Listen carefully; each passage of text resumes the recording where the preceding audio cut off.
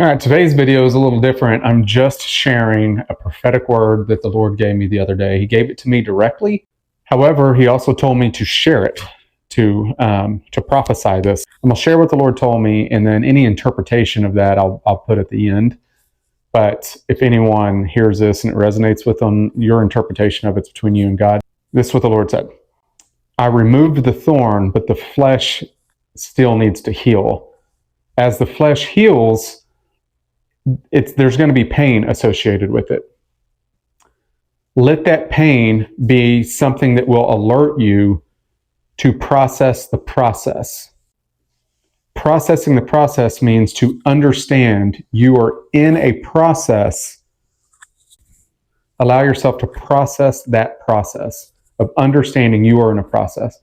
And what that purpose of that process is to prepare your character for the promised land. I've brought you to the promised land. You're at the threshold. You're at the gate. This process is developing your character to be able to stay within the promised land. The Israelites were moved from captivity to the wilderness on their way to the promised land. It was a 40-day trek that turned into 40 years. It turned into 40 years because they complained instead of lived on the promise. The promised land is the land of promised. So you have to live by the promise. As they were in the wilderness, it was rational to know that the sun would set and the darkness would come at night. However, God was a pillar of fire for them at night that would light the night sky. He would bring food to them every morning, delivering it. Quail would fly so low that they could capture the quail and eat it. They no longer had to hunt their food. It was no longer tit for tat. It was to receive. All you had to do was receive.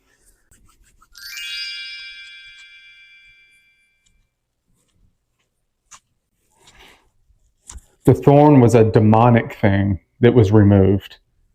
And the reaction to that thing was learning to live not on the promise of God, but learning to live on the lies of the enemy. That would be expecting something to go wrong. That would be expecting the worst in every situation. That would be expecting anxiety.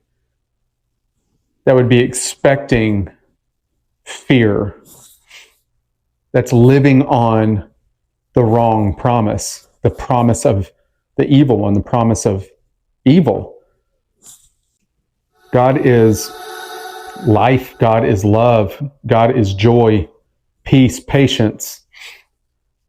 If He's promised never to forsake us, we are to live on that promise. Wherever we go, peace will be there. Wherever we go, joy will be there. Wherever we go, hope will be there. Patience will be there. Life, light will be there. The way will be there. Truth will be there. Protection will be there. Safety will be there. Wherever we go, we are to live by that promise. Lately, I will feel it, and he'll show me, hey, you're shopping online, you're avoiding pain. You're anxiously attaching, you're trying to control to avoid pain. You're being avoidant or detaching, you're trying to avoid pain. One is you're afraid somebody's going to let go of you and abandon you. And so you're free falling, trying to grab everything on your way down, anxiously attaching to everything. The other one is you feel trapped. And so you're trying to detach and run away to avoid pain. Stop avoiding pain. Stop avoiding pain. Stop avoiding what God is doing in you and building your character. Remember, God is for you, and ask Him, is this for me? Is this to build my character? And what I've noticed for me is He'll continue to show me, you're moving this way to avoid pain. You're moving this way to avoid pain. And when I say, okay, God, thank you, I won't do that, I find myself balanced on peace again, aligned with Him, aligned with His will. And I'm full of peace and joy and all of those things, all of the fruits of the Spirit.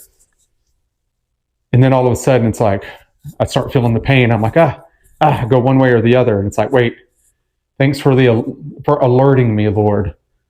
I'm in a place where I need to process. You're processing my soul. The thorn was a deliverance of something. The healing of the flesh is my heart. It's my soul. And I have to let it heal in this process. Anytime I go one way or the other, no, thank you for alerting me, God. I understand. You are good. You are for me. And this is good for me. And I'm here for the process. The Israelites had a 40-day trek to be processed and prepared for the promised land. It took them 40 years and they never made it. Joshua made it. Because when he saw the promised land, and when he went and had a scouting report where everyone else, was it just Joshua and Caleb? Everyone else came back with that report and they're like, we can't beat these giants. They're too big. And Joshua comes back and is like, oh, we got this. God already said we had it. When you have opportunities in your life, things that seem too big, things that you want to avoid or run away from, or you're afraid of falling away from, or whatever it is, those aren't too big for God. That is God's going, hey, I delivered it to you. Just go get it. The manna's on the ground, collect it. The quail's flying by, but you got to grab it. You still got to grab it. You still have to choose to receive it. I'm not making you hunt for it, but you have to choose to receive it. When Moses was at the burning bush, the bush was on fire. Middle of the wilderness in the darkness. It's not like there were a giant city and everything was bright. There was a bush on fire, and it said, I love this part. Then Moses turned to look at the miracle. As if he was avoiding this miracle in front of him. He wasn't receiving it. And he turned and chose to look and go, wow, bush isn't being consumed by this fire. God is going to bring opportunity to you, but so many people have already deemed that as not from God. So many people are like, I don't have peace with it. You might be misdirected in what you think peace is, because it's not absence of conflict. Peace is being at rest in your spirit, although conflict is all around you.